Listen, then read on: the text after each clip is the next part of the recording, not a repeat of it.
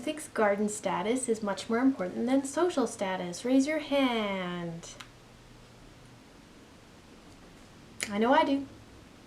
And it's probably one of the few reasons I'm still a happy person. Some other names people know status by are sea lavender, notchleaf status, sometimes it's called, marsh rosemary. It's in a family called the Plumbaginaceae family. You ever heard of it? I hadn't until I planted status and researched it a bit, and lo and behold, it is a small, unique family. It's got about 500 species in it, distributed worldwide. So on a grand scale, that's not very many. It's a small, special family. And I'll tell you why. All the plants in this family have a very cool ability to excrete salts. They have something called chalk glands, like sidewalk chalk, in their stems and the base leaves that they grow that helps them eliminate salt. And so as a result, they grow really well along coastlines, any areas that are usually way too alkaline for a lot of plants. Some people call the Plumbaginaceae family the leadworts. I really don't know why, and you know what? I don't know if anyone really does. There's some theories, but nothing concrete. When you seed status, I seeded this. Do it 6 to 8 weeks before your last frost indoors in a well-draining potting mix. And then when you transplant, when the weather's warm enough, do it in a full sun area, okay? Status is very drought tolerant. It's really good for those containers or south-facing porches or balconies. The foliage of status is, I'm kind of in love with it. It's really weird. They have what's called like a basal rosette leaf base right at the base of the plant. The leaves grow in a direction that's called decumbent, which just means the leaves grow horizontal outwards, and then at the very tip they kind of point up. So you can see on these close-ups just how they really do grow that way. The first time I seeded mine, they came up and I just thought, oh, that looks kind of like a weed. There's a very familiar weed that it looks like, and I just thought, oh, it didn't work. There's something else growing in there. But I left it just in case, and sure enough, the stems started to pop up, and I thought, no, that's something. That's something that I planted. And so beware of that when you're seeding. Might not look like something flowery, but it will be. You'll also notice mine are turning kind of red and bronze. That's from the fall and the cold temperatures. Made for a really beautiful fall flower. These guys last, they're light frost hardy, and they last throughout the summer once they bloom. It's awesome. The stems are sort of stiff and winged. They are very weird, okay? Love them. They look like they're supposed to be in the ocean, like a weird seaweed stem. Some varieties grow as high as 60 centimeters. And this is actually a smaller variety. The seeds that I bought were bred in France, just to be kind of like a lower growing color mix. There's yellow. I got mostly purples, but fine by me. The flowers really are just so gosh darn papery. That's really like,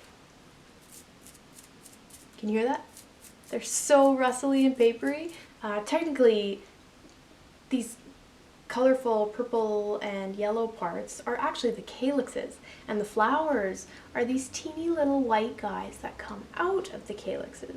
They definitely don't last as long. They will wilt and fall, and you're left with these colorful papery calyxes.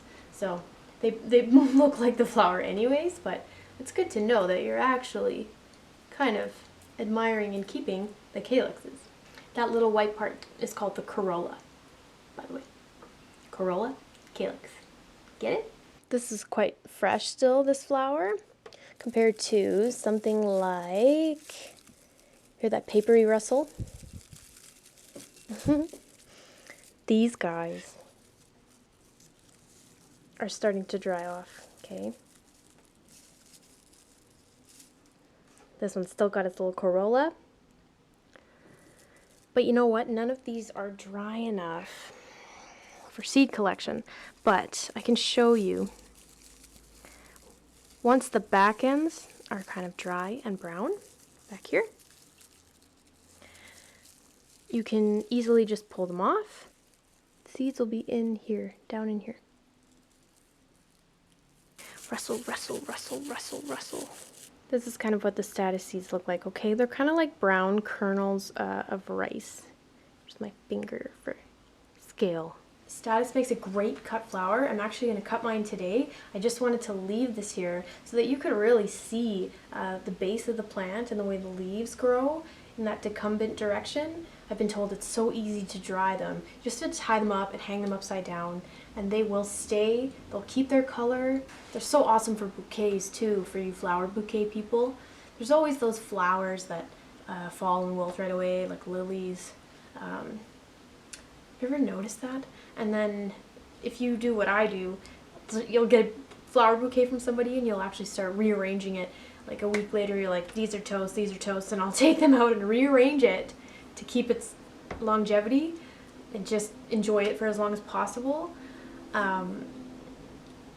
Statice is one of those ones that, you know, at the end, everything would be dead and the Statice would still be okay, and you just have yourself a mini little Statice bouquet.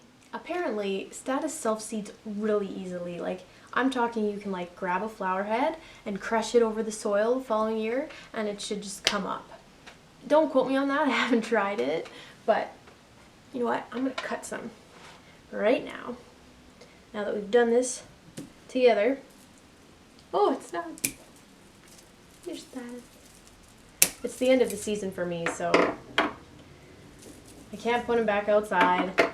It's snowing. Ooh.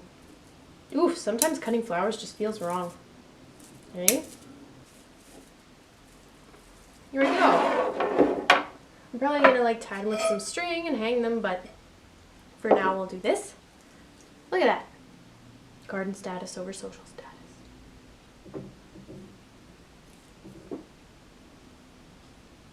You don't think I should say that? I think I should say that.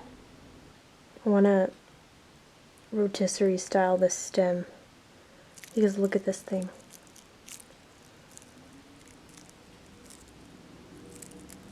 Looks like a sea weapon.